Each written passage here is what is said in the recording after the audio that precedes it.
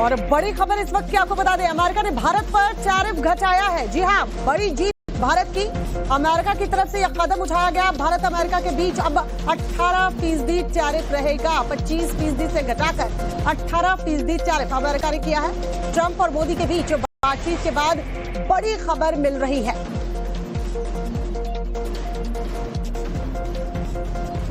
ऋषभ हमारे सहयोगी इस वक्त हमारे साथ फोन लाइन पर जुड़ चुके हैं। ऋषभ, ये बड़ी जीत भारत के लिए, भारत झुका नहीं, टिका रहा और अब नतीजा ये कि 18% टैरिफ मान गए हैं ट्रंप। देखिए जो अभी हमें बताया जा रहा है, ये तो ट्रंप के सोशल मीडिया प्लेटफॉर्म के हवाले से खबर आ रही है कि भारत और अमेरिका के बीच में एक ट्रेड डील की अनाउंसमेंट है, जिसमें जो टैरिफ हमारे ऊपर अभी तक 25% पहले जो रेसिप्रोकल टैरिफ था और 25% जो रशियन ऑयल खरीदने के लिए, रूसी तेल खरीदने के लिए 25% और टैरिफ था, उसको घटाकर 18% कर दिया गया है। ट्रंप का ये भी कहना है कि भारत अपने टैरिफ को कम करेगा और इफेक्टिवली 0 टैरिफ पे लेके आएगा।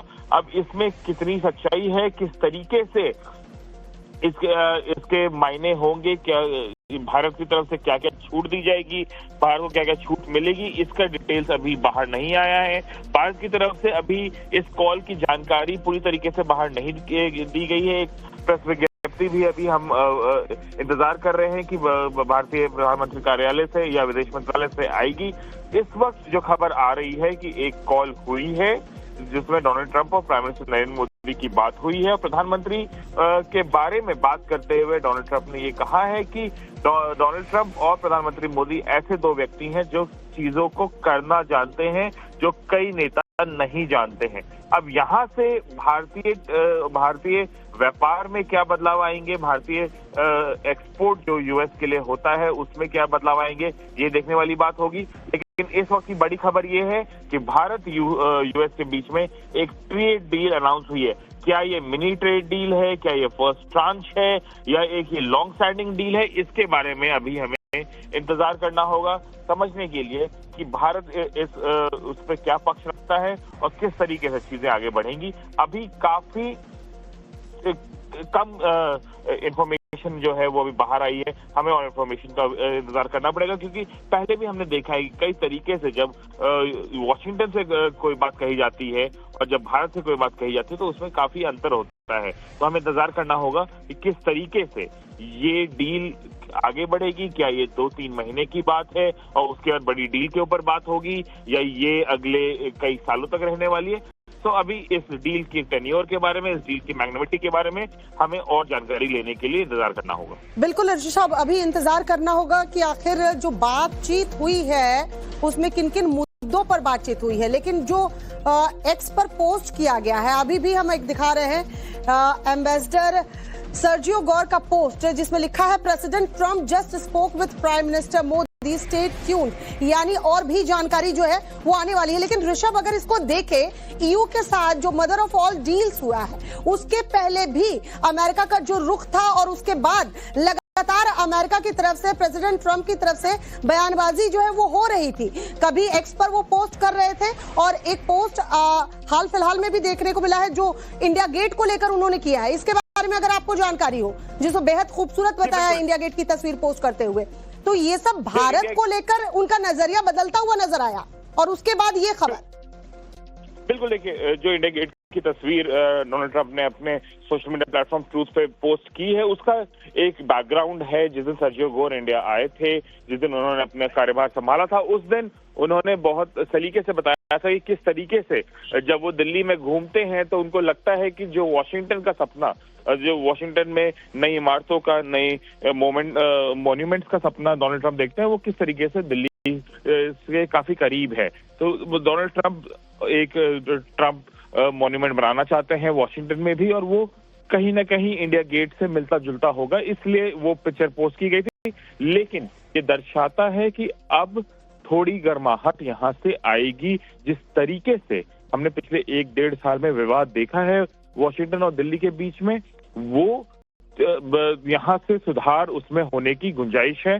और जब से सर्जियो गोर आए हैं, ऋषभ इसको ऐसे भी तो देखेंगे कि भारत झुका नहीं, गर्माहट हमारी तरफ से कभी कमी नहीं हुई।